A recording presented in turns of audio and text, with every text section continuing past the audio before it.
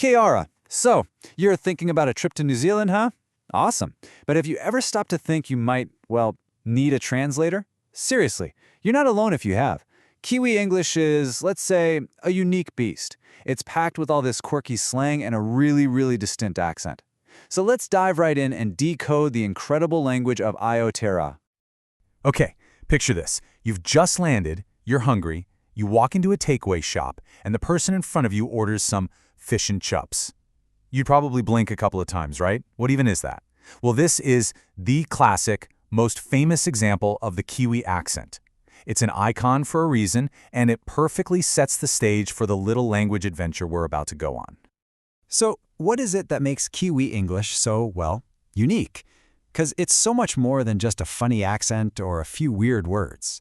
It's really a window right into the heart of the culture. And that's exactly what we're going to do here. We're going to break it all down.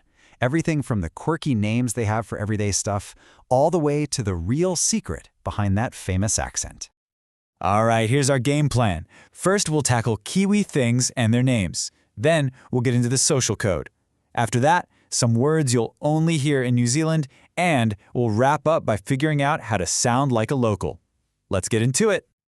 Okay, Section 1. Kiwi things, Kiwi names. We're going to start with the absolute basics. Physical objects. Stuff you'll see everywhere, but that have completely different names than what you might be used to.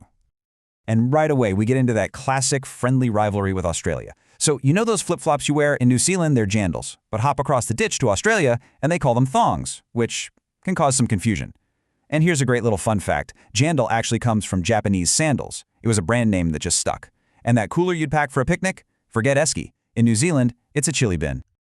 Now, this is a big one. If a Kiwi says they're just popping down to the dairy, don't automatically think of cows and cheese.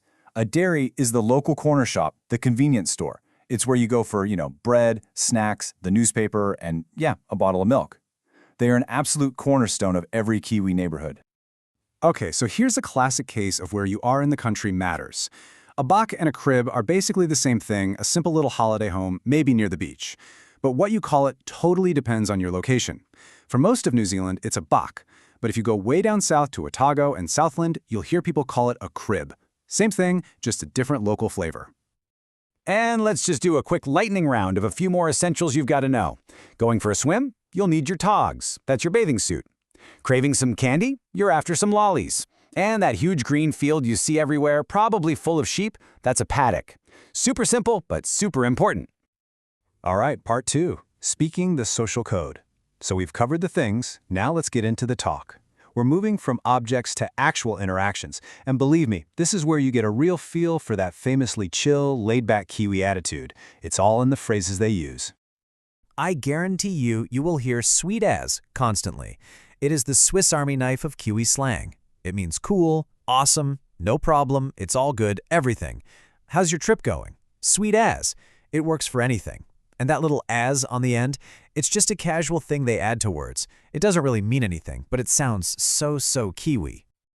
Okay, now this is a work of art. Yana. On the surface, it makes no sense, right? It's a total contradiction. But in reality, it's this incredibly clever, polite way of saying no. It's like you're saying, yeah, I hear your offer. I've thought about it, but nah, I'm good. It's all about softening the refusal and keeping things friendly. And this quote just nails it. This is exactly what's going through someone's head when they say, yeah, nah. So if someone offers you another drink and you say, yeah, nah, what you're really communicating is all of this. Man, I'd love to, I've really considered it, but I probably shouldn't. It's a whole conversation, a whole polite negotiation, packed into just 2 words. It's genius. Here we've got 2 ends of the emotional spectrum. On the one hand, if you're having an amazing time, you are absolutely stoked. It just means you're super happy, really excited.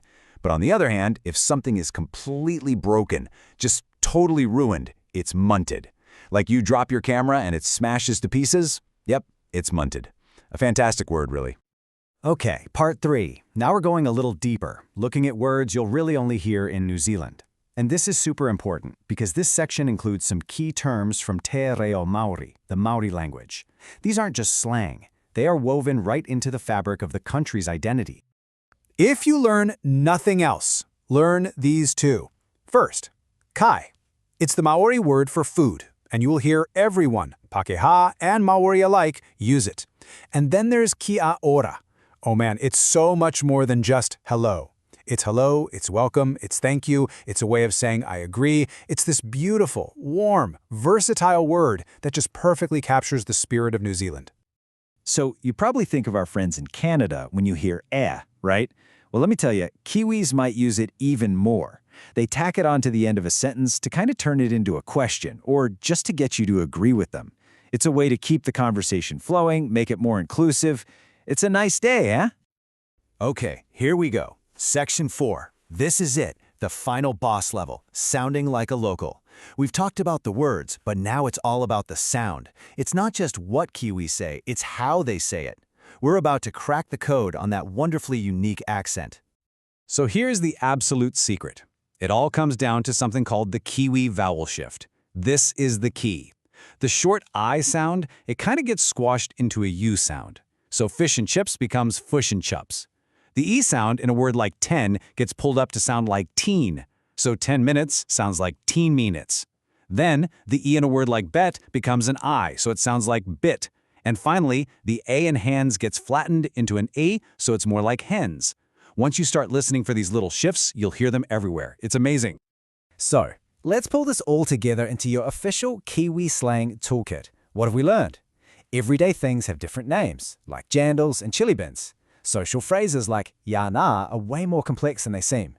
Words from Te Reo Māori like Kai and Kia Ora are a vital part of the language.